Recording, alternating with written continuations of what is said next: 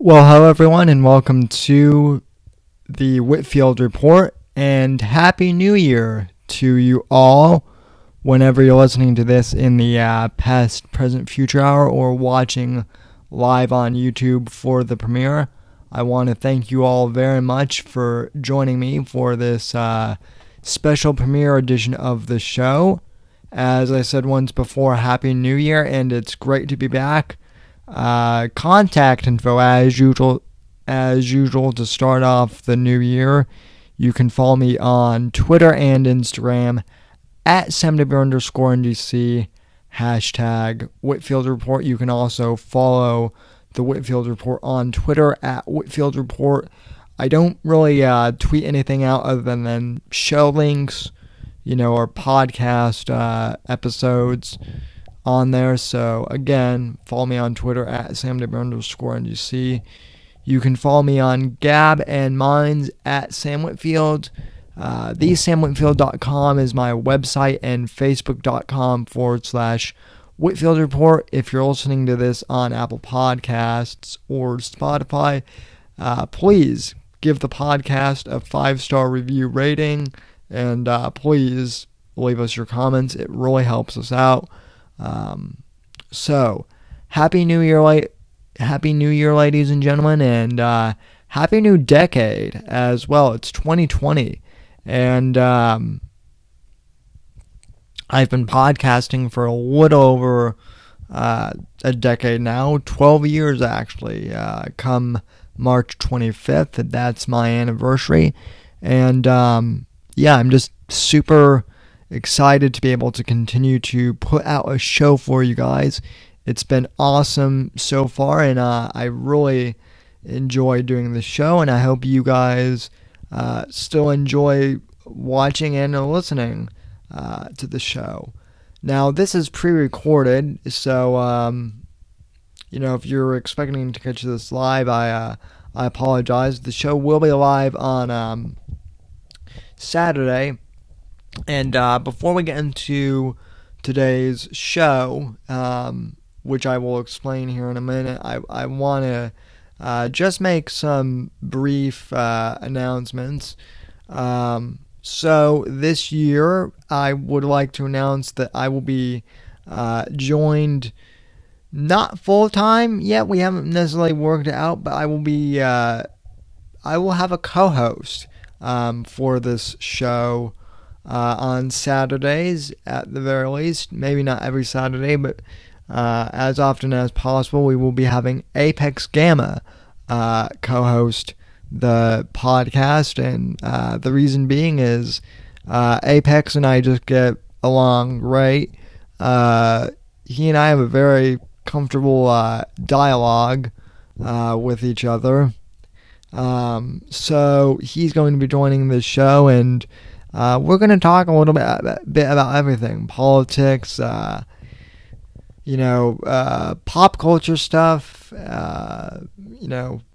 all the good stuff. And I'm sure as the election nears, we're going to be covering that as well. And so he's going to be joining me. And part of the reason for that is I do pretty well solo, but honestly, talking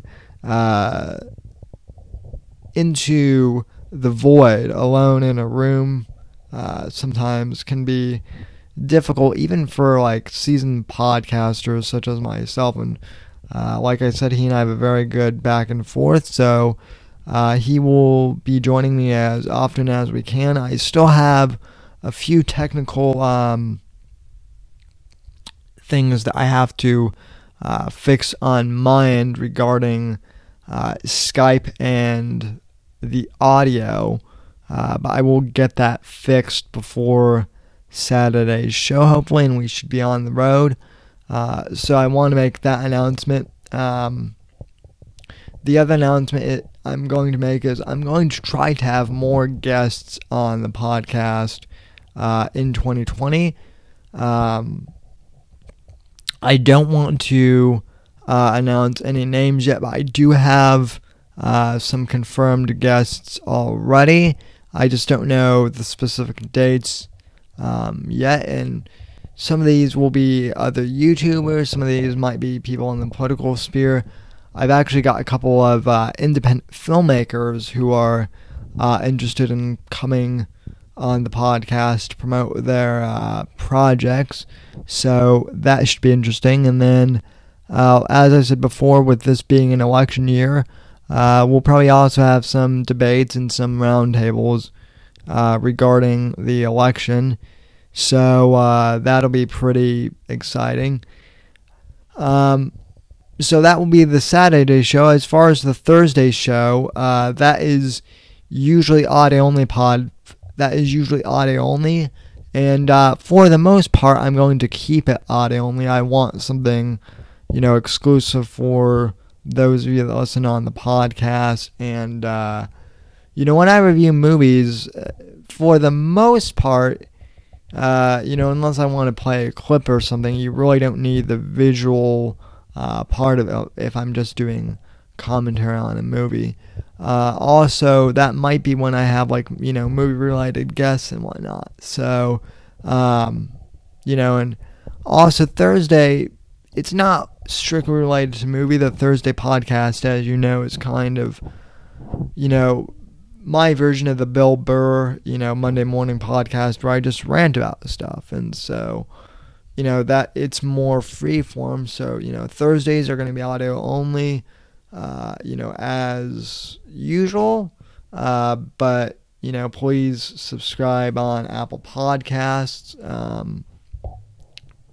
or Spotify or wherever you, get those podcasts. And yeah, I think for now that covers all of the announcements. Just that, as always, great to be back and great to have you here watching and or listening.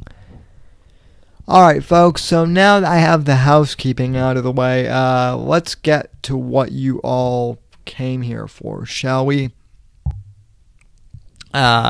Which is, I'm going to talk to you today about Star Wars and my review of the Rise of Skywalker, or rather the Fall of Skywalker, as some people are calling it. And I want to kind of give a review of where I think the Star Wars franchise is headed, just in general. We'll look some stuff up here regarding what Lucas kind of has and what Lucasfilm has in store. And I'm not only going to be reviewing Episode 9, I'm also going to be reviewing The Mandalorian, which I'm sure Apex and I will actually have a conversation about that a bit on Saturday, and we may disagree on some stuff there. He's not as quite a fan of The Mandalorian as I am, so that'll be interesting. But nonetheless, let's jump into Episode 9. So, spoilers ahead. Actually, before we do spoilers, I do kind of want to just give my reaction, basically, and kind of give you guys my history and what Star Wars means to me, because I'm a pretty hardcore Star Wars fan. Star Wars was actually like the first live action movie I saw as a kid. I was about 6 or so when I first saw it, and the original one, A New Hope.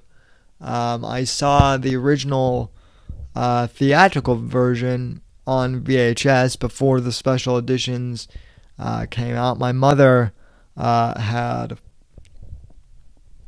the trilogy on VHS before the special editions came along and kind of ruined the films, so to speak, just because they got so oversaturated.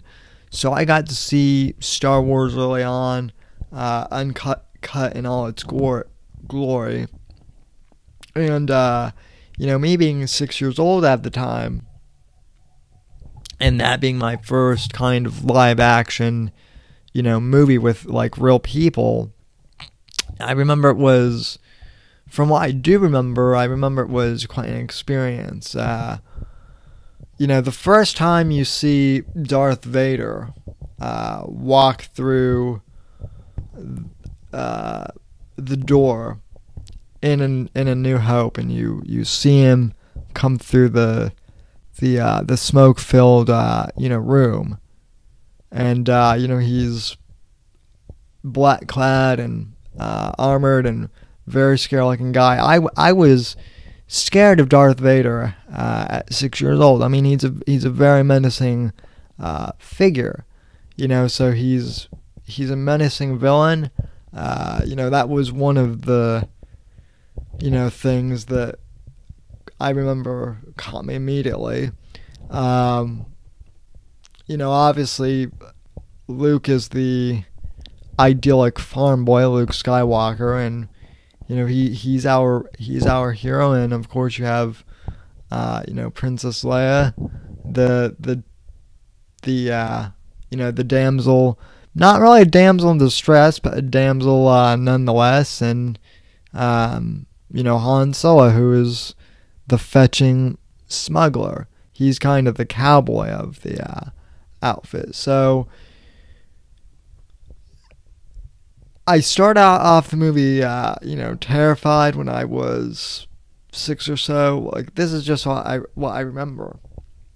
I started off the movie, terrified because of Darth Vader, but I really got into it, and by the end, I loved it. And, then I watched Empire, which was mind-blowing. The realization that Darth Vader was, Luke Skywalker's father. Like, at that point, when I watched it, I think it was 99 or something like that. So, and like I said, I was like 6 years old, 5 or 6 years old, so I wasn't on the internet. And even back then, like, there wasn't like a huge, there wasn't a whole big internet culture. So a lot of kids my age and a lot of millennials who, saw Star Wars in theatrical release order, I think we were really the last generation to have that, secret revealed to us and have it be mind-blowing in its totality. Great twist. In Return of the Jedi was the epic conclusion. You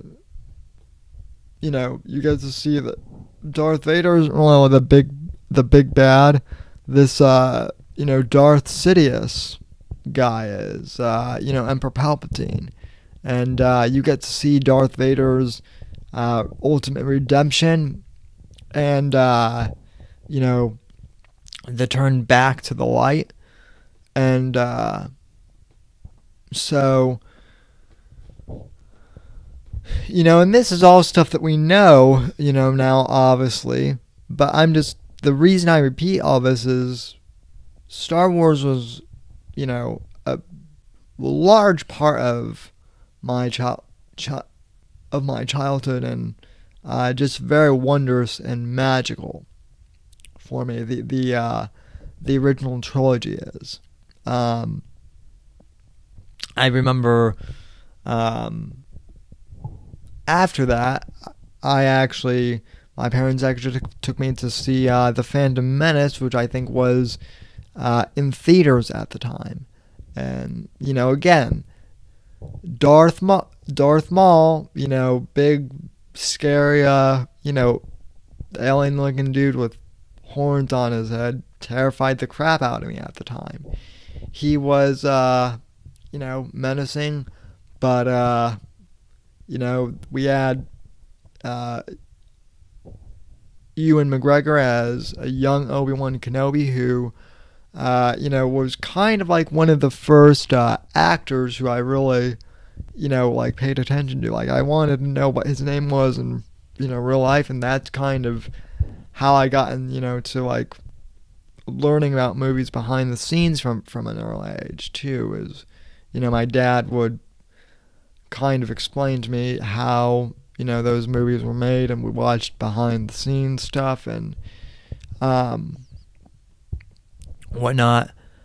So, episode 1 in the theaters, I like The Phantom Menace, actually, and I know a lot of people hate it and dislike it, and yeah, I mean, it has flaws in it, but it was my first Star Wars movie in theaters, and I've seen that movie like 15 or 16 times. I still like to watch it. One thing you can't deny is, the Duel of the Fates, and, that soundtrack, and, that ending lightsaber battle is really cool. Episode 2 came out when I was like in 2nd grade. That was like a few years, later. There was like a big gap between episode 1 and, episode 2 coming out. And then there was like another like 4 or 5 year gap between episode 3 and Star Wars episode 3. That came out like in 2005, I think, May 19th. I do remember that because I do remember the release date because, like, we had a big countdown, to what that day was in my house. And also, episode 3 is pretty significant in my life because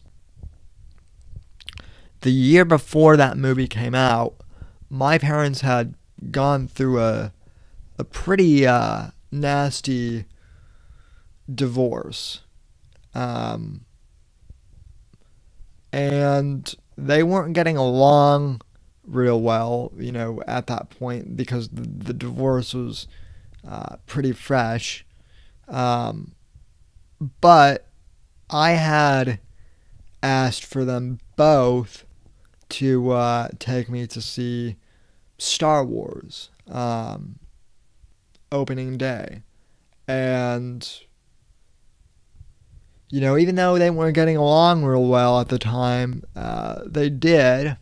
And, like, I have to admit, like, looking back on it, I kind of get emotional a little bit thinking about it because, like I said, they weren't getting along real well, but they were able to put aside their differences and their bickering, and we were kind of able to go, to see Star Wars as a, quote-unquote family, for the last time, which, really meant a lot to me. So I bring all of that up just to say that, Star Wars, it means a lot. It means a lot to me, kind of, in my personal life. It's one of the reasons I love, film and cinema as a whole. And, they're not perfect, but, they're pretty, it created the foundation of my childhood, growing up, and it inspired me to use my imagination. And, I also made a ton of friends with, Star Wars nerds and, enthusiasts, my classmates, at school. We would all, like, read the Star Wars comic books in the expanded universe. Knights of the Old Republic came out, that game. A lot of us played that and got into the whole expanded universe. Comic books, video games. Like, I remember growing up when I was in, Cub Scouts and then later on in Boy Scouts, like my Boy Scout troop and I, we would get together at each other's, houses, and we would play the original Battlefront, on not the crappy, PS4 version of Battlefront, but, the original, like, old school Battlefront for the PS2 when it was still good, and Battlefront 2, and, I mean, my God, we used to spend hours, playing battlefield, or Battlefront, I should say. Um, and when Revenge of the Sith, when Revenge of the Sith came out, I almost said Revenge of the Sith, but no, that came out much later.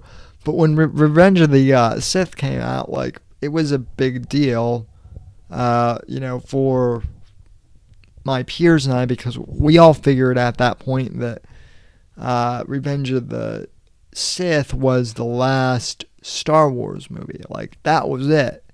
George Lucas told the story that he wanted to tell in reverse chronological order, and we were okay with that. We had the EU, the expanded universe, and it was good. So going forward, kind of fast forwarding to my senior year of high school, actually 2012, to 2013. That's when I graduated.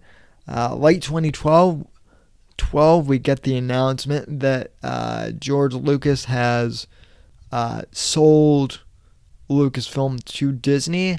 That's the big announcement. And we're going to be getting episode 7, like, in 2015.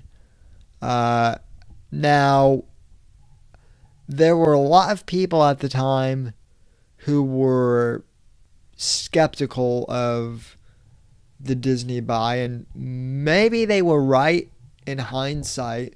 I'm willing to admit that. But I was hyped that they were going to be making, an episode 7, 8, and 9. I thought maybe they were going to borrow a lot from the, EU movies out there, that we were going to get the, the story of, Luke and his new Jedi Order. I knew, obviously, that they would have to, scrap some of what the EU had, put out there in terms of, like, the books and whatnot. But by and large, I was excited, as I think a lot of people were. And actually, once The Force Awakens was announced, like, I actually got excited. And a lot of people don't remember this, but there was actually a whole "In JJ We Trust" thing on the internet in, like, 2014 and 2015. People were actually legit excited about this. Let me try and actually go to YouTube and find this, for you guys, because it was a real thing. People were actually excited that J.J. Abrams was going to helm The Force Awakens. This will come into play here later, as I explain. So, bear with me. Also, I'm holding the mic because I find that the audio levels, at least on the video version, are a lot better when I do that. So, anyway, let's go here, shall we? Let me open a new tab. YouTube. Obviously, I'm not displaying my screen yet, but this will become clear in a sec.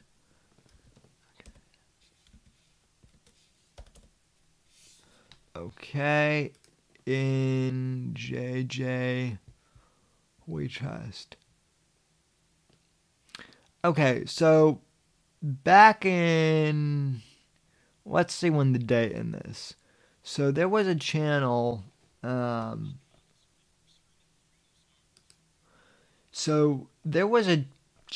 I used to subscribe to, and I think I still do subscribe to this channel.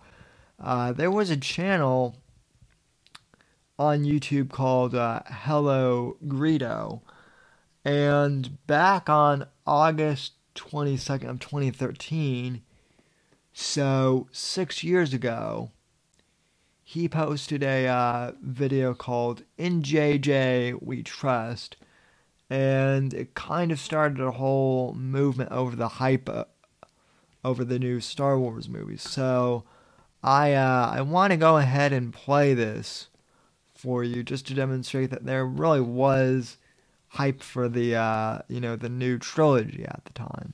So let me switch over here and go full screen. Okay. So this is In JJ We Trust.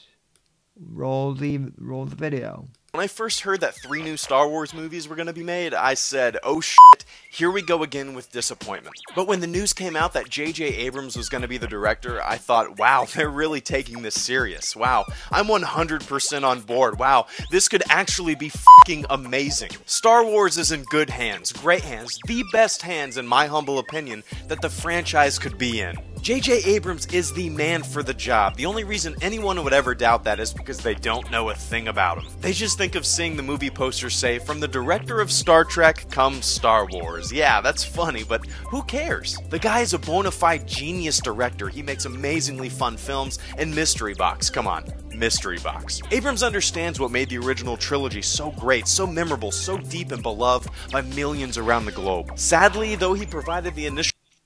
Well, looking back here now in 2020,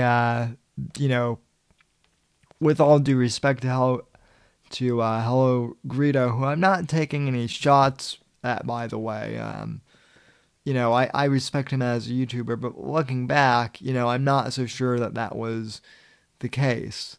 Looking back in hindsight, that JJ, did know what he was doing. But continuing on.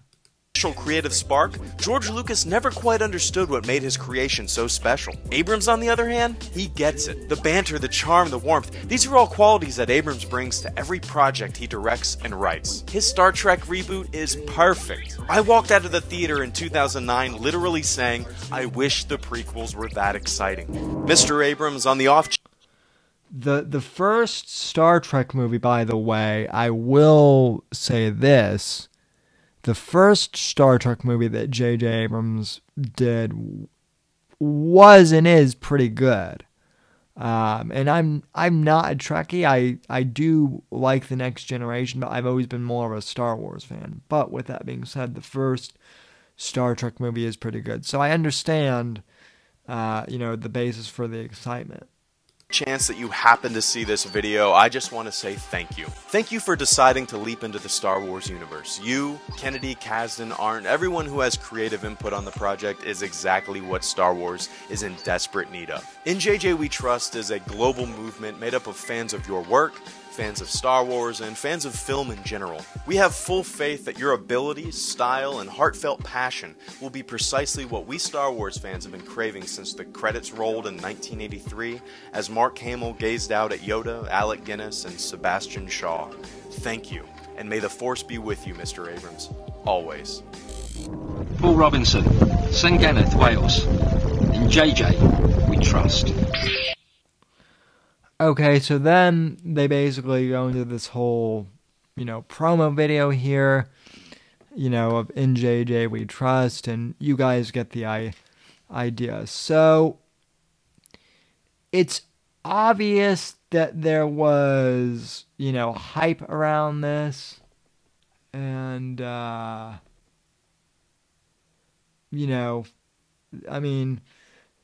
it was real. People were genuinely excited about, The Force Awakens and a new trilogy at the time. And I was one of them. I thought it would be great. And, I thought, well, J.J. Abrams, he did a pretty good job with Lost. Yeah, the ending was a little confusing, but overall pretty good. Maybe we should have taken that, the confusing ending of Lost as more of a sign here. But regardless, like I said, I thought, that this was going to be a good decision by Disney, so I wasn't really all that worried at all, to be honest.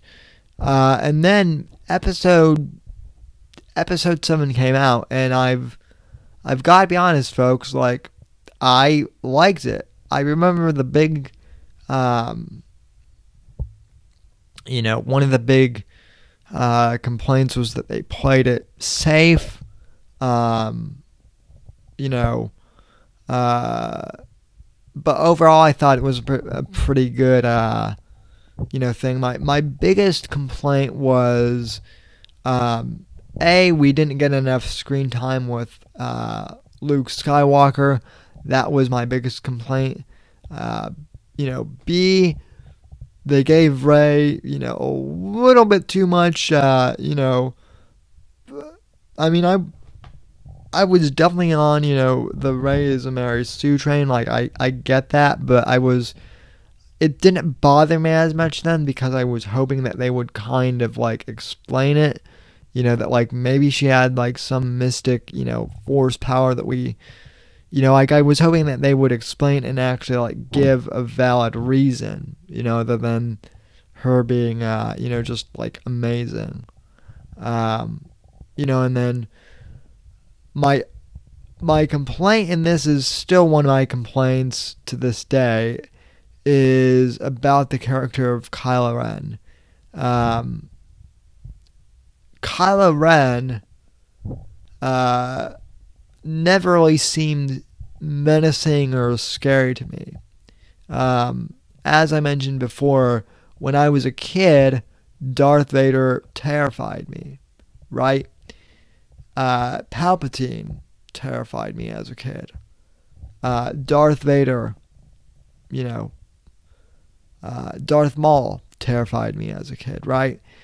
Obviously, as I grew up, they weren't scary as I grew up and matured, but right, those villains were always, menacing, that at least. Like, it was clear that they were the bad guys, and, that they were, legitimate threats. Kylo Ren in The Force Awakens was never really that menacing to me. He seemed like an emo kid, basically, like emo Darth Vader. And, maybe in hindsight they meant that to be the case, but it really, to me, more or less seemed like they were trying to make him scared, but instead of that, they just made him like, I don't know, like a whiny goth kid who wanted to be a Darth Vader fanboy. I mean, that's honestly all I can think, really, as far as Kylo Ren goes. Overall, though, I was satisfied with, episode 7. When episode 8 was announced, and they announced that Rian Johnson was going to be director, I wasn't, honestly, I didn't know who Rian Johnson really was when, I heard he was taking over for episode 8. I didn't know who he was, and I hadn't heard of his name. But the fact they were changing directors, from JJ to Rian Johnson, made me nervous. Because I was kind of like, well, JJ's an established guy. He did a great job with The Force Awakens. So who's this guy? And, what is he going to do? And, obviously I don't want to focus too much on The Last Jedi, because I think people have skewered that movie, enough. It's whenever you criticize the Last Jedi now, it's almost like beating a dead horse. But suffice it to say, what I was initially like kind of expecting in my head for. The Last Jedi was way different from the reality.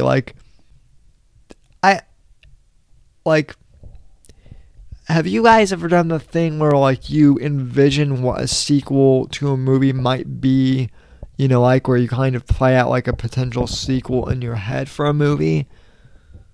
I did that with the The Last Jedi, and it played out way differently than what I was expecting. For instance, I wasn't expecting Luke to be gung-ho, about going back with Rey, right? I was kind of expecting that, at first he would be initially hesitant to go back, and that they would dive into that, which they did in The Last Jedi, but, I wasn't expecting emo Luke Skywalker. I was expecting it would be the first act he would be mopey, and then the second act he would kind of get back, together, and we would see him in some really cool lightsaber battles, and we would see the Luke Skywalker that we all came to know and love, and then by the third act, I would expect that. I was kind of expecting that they might kill him off, but I was almost expecting him and Kylo Ren to be in a huge lightsaber battle, and that Kylo Ren would kill off Luke in an epic lightsaber battle, but Luke would go down fighting, and it would be epic, and not really what we got, which was him just using the last of his energy and then dying on that abandoned Jedi temple planet, lonely and sad and depressed and milking space emus or whatever he was farming. Like I said, Last Jedi was a huge disappointment, and it really killed the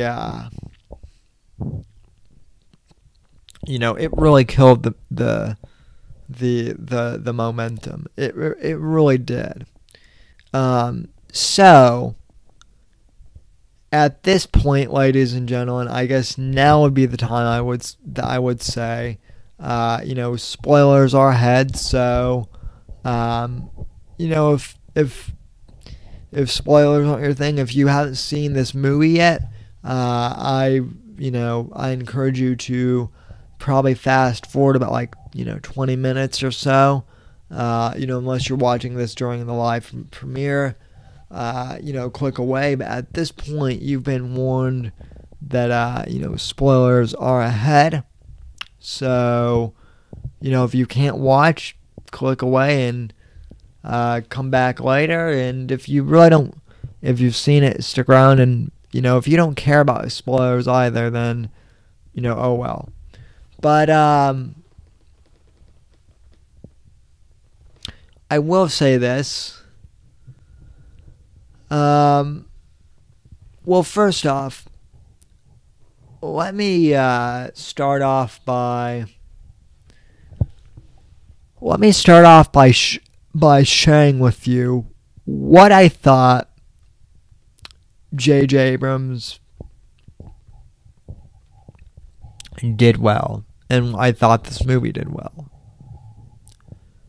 And it's not a lot, but I do want to start off this review of The Last Jedi kind of positive, or no, of The Rise of Skywalker positive, and so let me start off.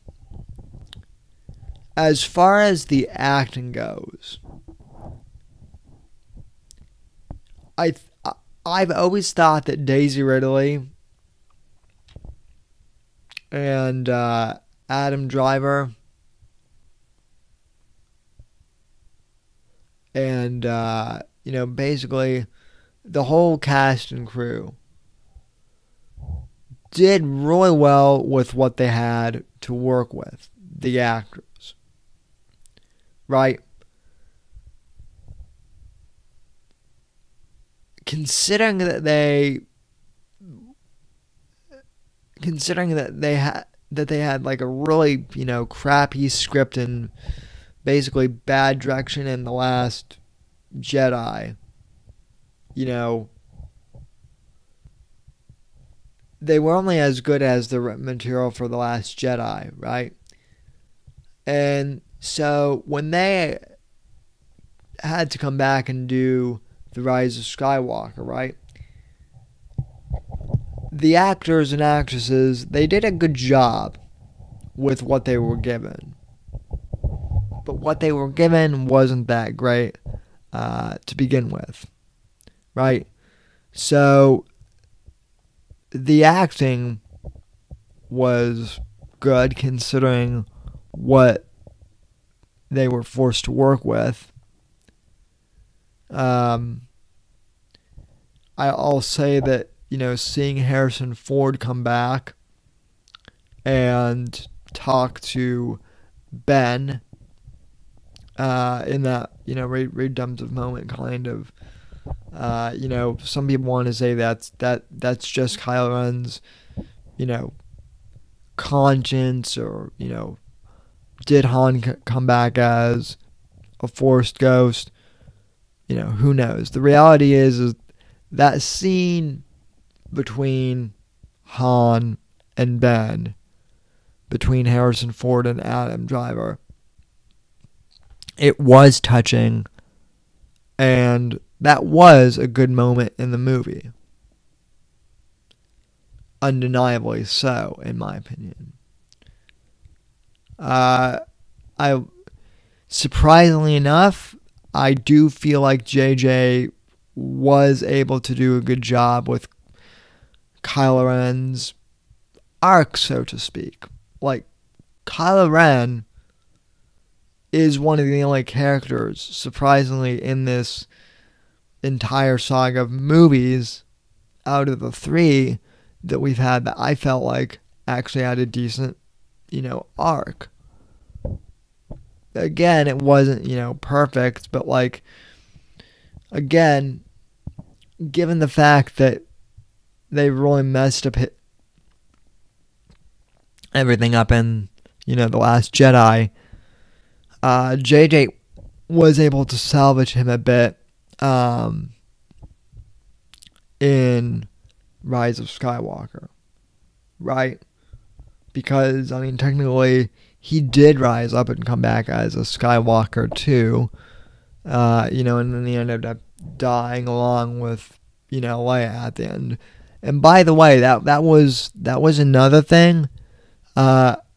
Initially, I was pissed off that they actually brought, Carrie Fisher back and CGI'd her for episode 9. I was always kind of hoping that they would write her out of the, of the movie and kind of like write her death, on screen, with the whole title credits roll. Like that was what I was expecting they were going to do, and I thought that would be the best, for what they wanted to do with Carrie. But I guess they had footage of her, like they had filmed some scenes for episode 9 back when they filmed episode 8 as well. I don't know how that worked, but bottom line, Carrie Fisher did make an appearance, in episode 9, Rise of Skywalker. Her performance was, really good. And again, rest in peace, Princess Leia. The way they dealt with Princess Leia's, death, kind of her sacrifice, it did feel moving, and I do feel it was a good send-off for the character, and in a way, it was kind of a sweet memoriam of sorts for, Carrie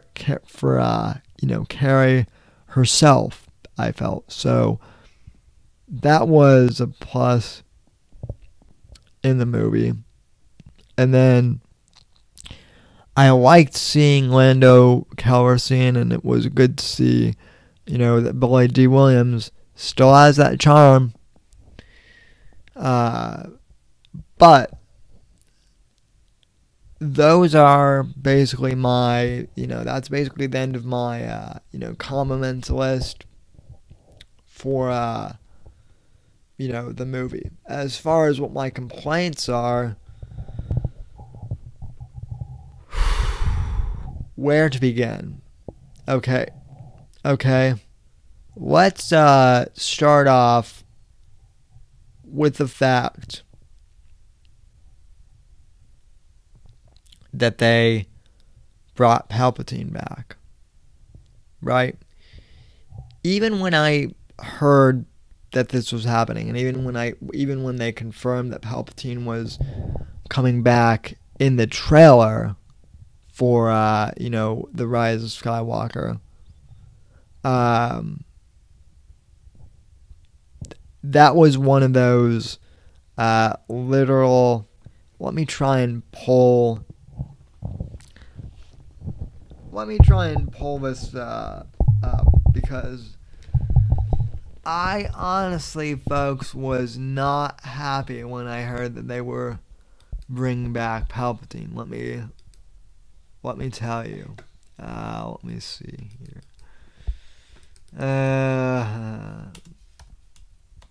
Darth.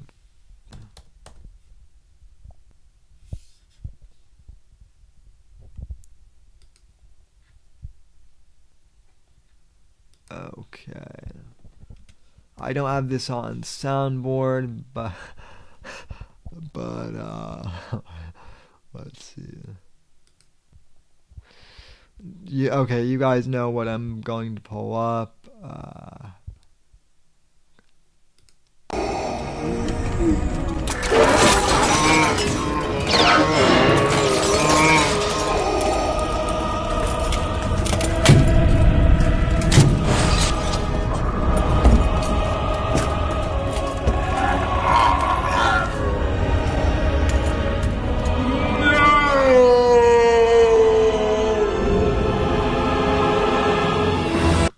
That was pretty much my reaction, ladies. And in fact, let me keep this up here for a bit.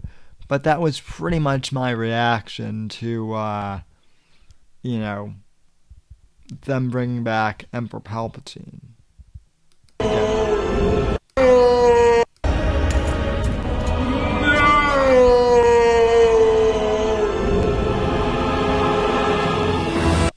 They did not need to bring Palpy back. And I love Ian McDiarmid as Emperor Palpatine. He's a great villain. I love Emperor Palpatine. Yes, I even love Emperor Palpatine and Darth Sidious in Episode 3. I get that he's super campy in that movie, but I don't care. Ian McDiarmid, that whole I am the Senate thing,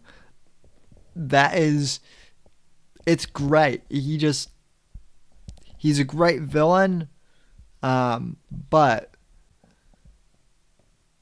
them bringing Palpatine back completely defeats the purpose of Anakin's redemption in Episode 6. That is perhaps my biggest problem with this movie. Now,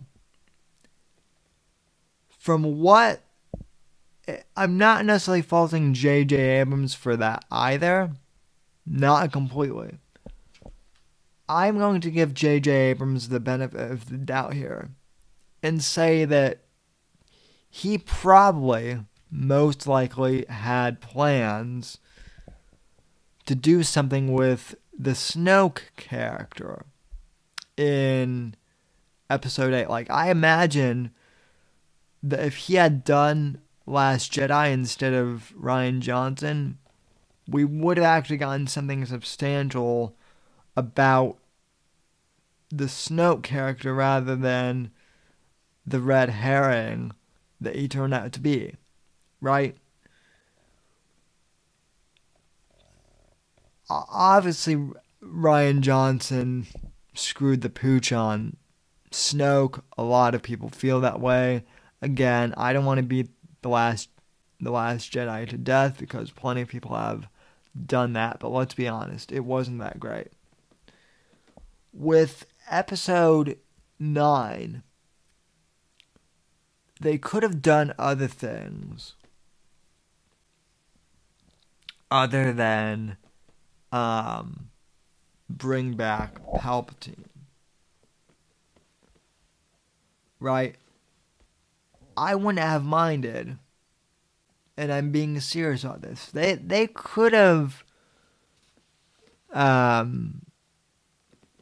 made like a whole new, Sith character that was kind of like the Sith Emperor from the old Republic era of games. They could have used Darth, maybe they could have plucked Darth Revan out of the EU, out of the expanding universe, and used him, as like a villain, right? But them using Palpatine honestly was a slap in the face, for those of us who, grew up watching 1 through 6, or, in my case, watching, 4 through 6 and then 1, through 3 in order.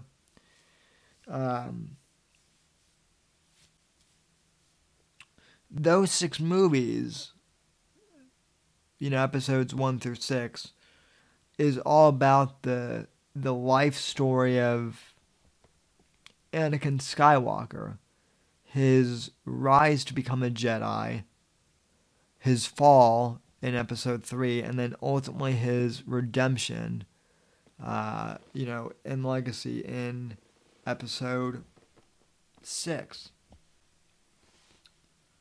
And like a lot of people, I was hoping, that maybe we would get Hayden Christensen to come back for, episode 9, and we would see maybe like an epic lightsaber battle between Force Ghost, Anakin and Emperor Palpatine, right?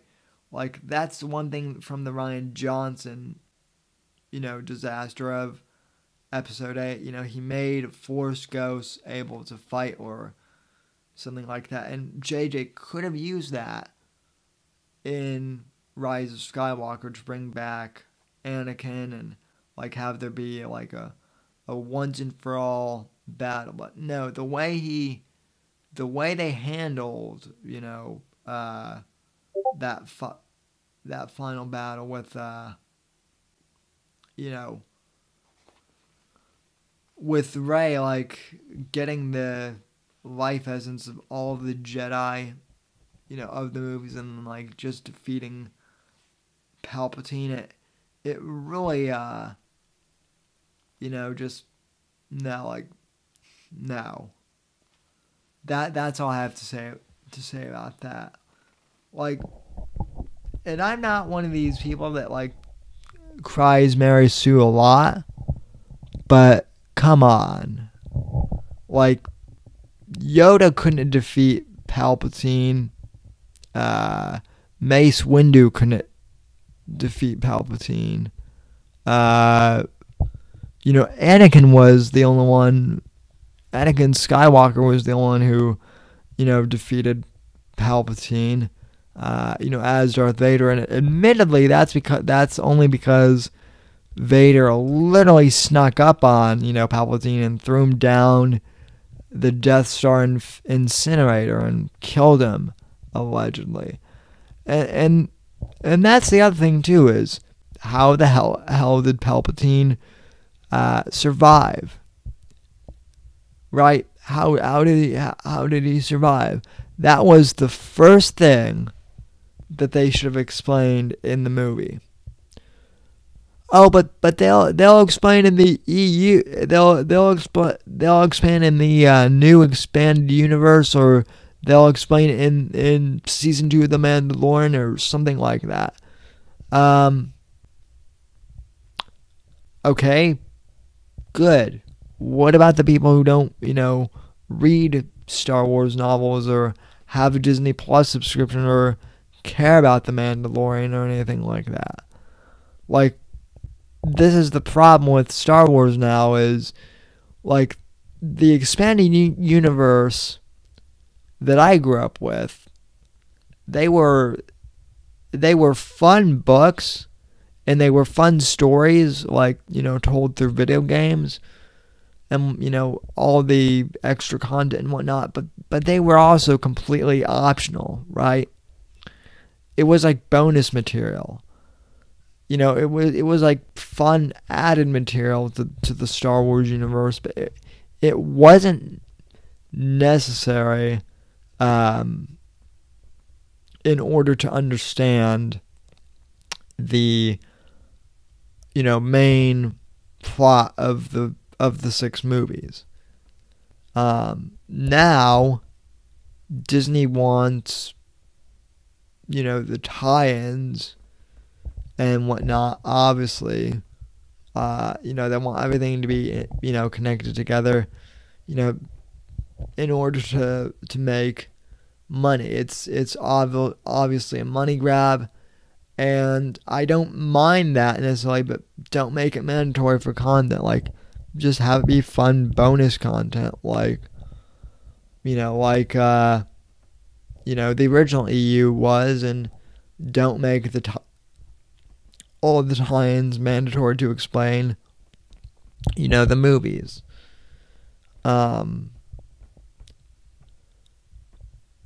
But that's where we're at, sadly. So yeah, overall, I mean, and even with that opening, title sequence, I even said on Facebook, basically my biggest complaint was the whole, basically the whole story plot with them, like, bringing back Palpatine, and the way in which they introduced him and whatnot. The whole plot seemed like a really, like, badly written Star Wars fan fiction, to be honest. I don't know how else to explain it, and but honestly, like, I could have, that was the level of a Star Wars story that I might have written when I was like 8 years old, 10 years old. Like, I can't even remember what the exact title crawl was, but it was something like, the diabolical Darth Sidious is, back, Emperor Palpatine. Like, the whole plot from beginning to end was just, it was badly written fan fiction. And, it was a shame. But, I suppose that JJ, he was doing damage control from The Last Jedi for this movie, The Rise of Skywalker. But, in essence, it wasn't really the Rise of Skywalker. It was more or less the whimper of Skywalker. The end of Skywalker. So very, just overall, very disappointing. I admire the effort, but it was disappointing at the end of the day. I'm sad to say.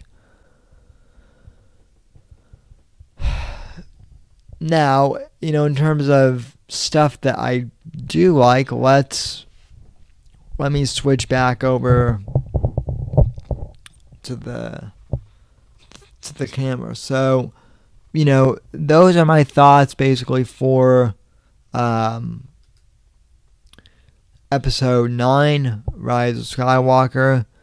Again, in conclusion, they did a good job with what they had, trying to salvage, from the mistake that was The Last Jedi, but it was still kind of a dismal, effort.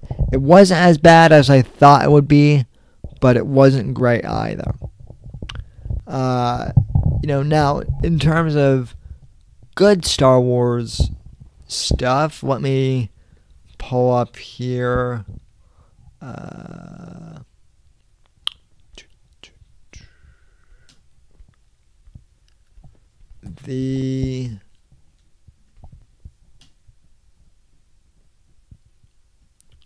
It's the Mandalorian. Yeah, buddy. Yeah, boy. Okay, the Mandalorian, ladies and gentlemen. Now,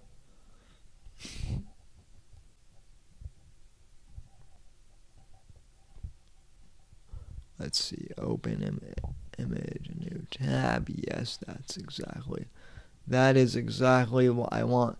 Okay, folks. Let's chat about the Mandalorian, shall we? Big surprise at how good this show is. I mentioned that before on previous podcasts, but I'll say it again. I'm really surprised with how much I like the show, and it definitely adds to the to the worthwhileness of Disney Plus. But here we are, the Mandalorian.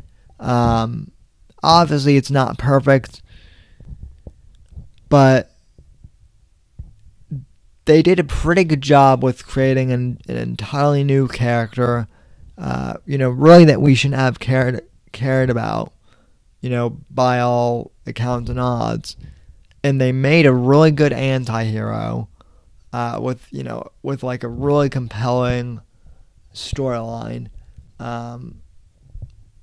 Basically, Jon Favreau and Dave Filoni really took the Mandalorian and the whole concept of what it means to be a Mandalorian, brought it to life.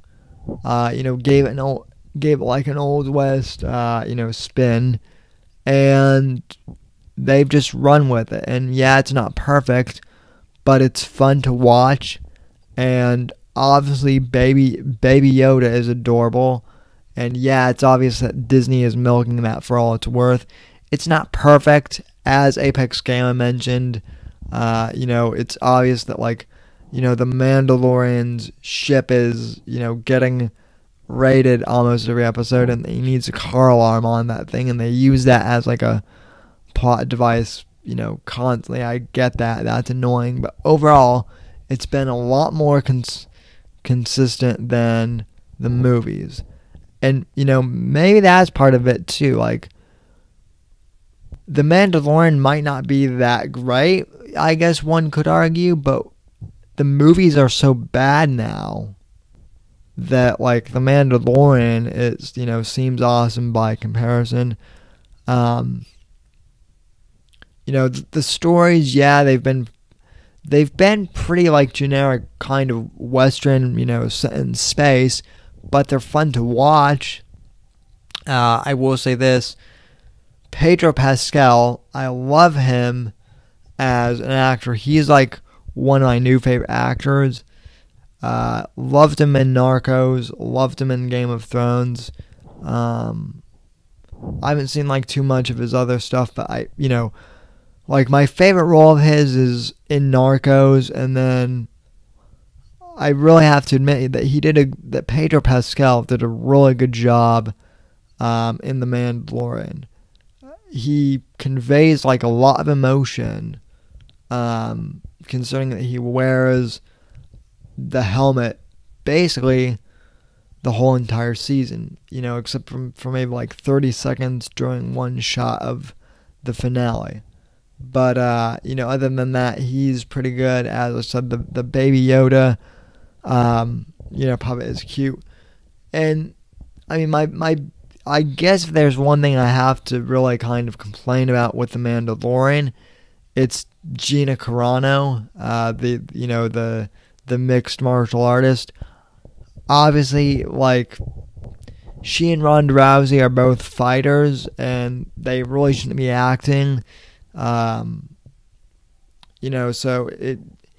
she just doesn't really, she can't really act, and it shows. But maybe if they do bring her back for season 2, like maybe she'll do a bit better. I'm certainly hoping for that.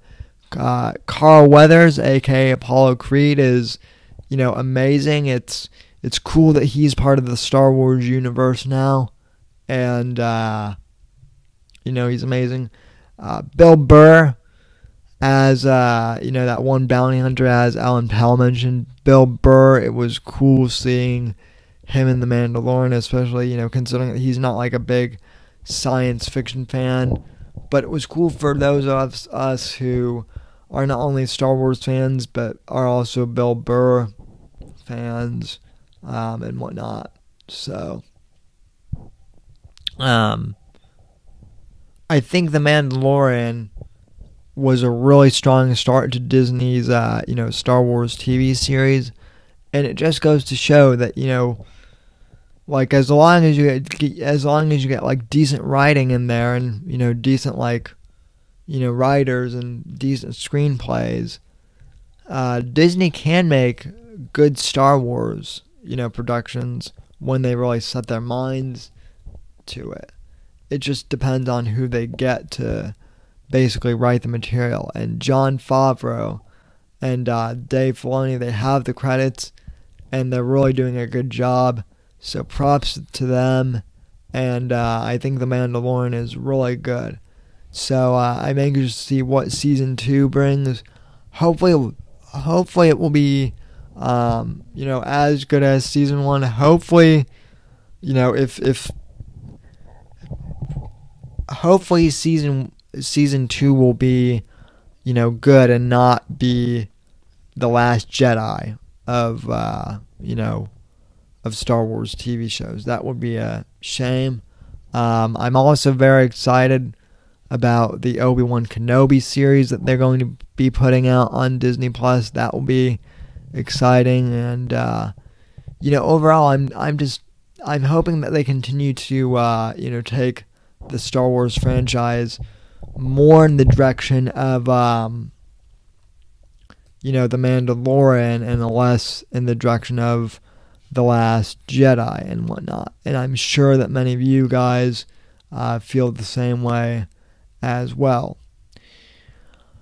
And with that, ladies and gentlemen, that will conclude this episode of the Whitfield Report. So, as I mentioned, I want to thank you all for joining me, and thank you for hanging in there with me for this review of the series. I really enjoyed chatting this with you. I understand that it was a little bit all over the place, but I appreciate you guys bearing with me, and thank you for watching, guys.